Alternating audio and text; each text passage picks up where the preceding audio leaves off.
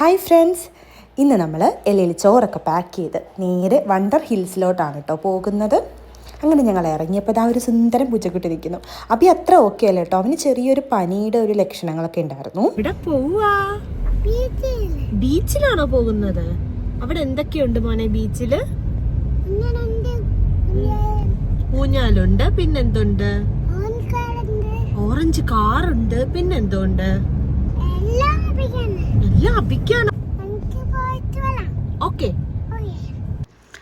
അങ്ങനെ ഞങ്ങൾ അവിടെ എത്തിയപ്പോഴത്തേക്കും അഭിക്കുട്ടൻ നന്നായിട്ട് ഉറങ്ങിയിട്ടുണ്ടായിരുന്നു. പിന്നെ ഞങ്ങൾ ഭക്ഷണമൊക്കെ കഴിച്ച് കഴിഞ്ഞപ്പോൾ അവൻ പതിയെ എഴുന്നേറ്റ് അവൻ്റെ ഓരോ ആക്ടിവിറ്റീസിലേക്ക് പോകാൻ തുടങ്ങി കേട്ടോ.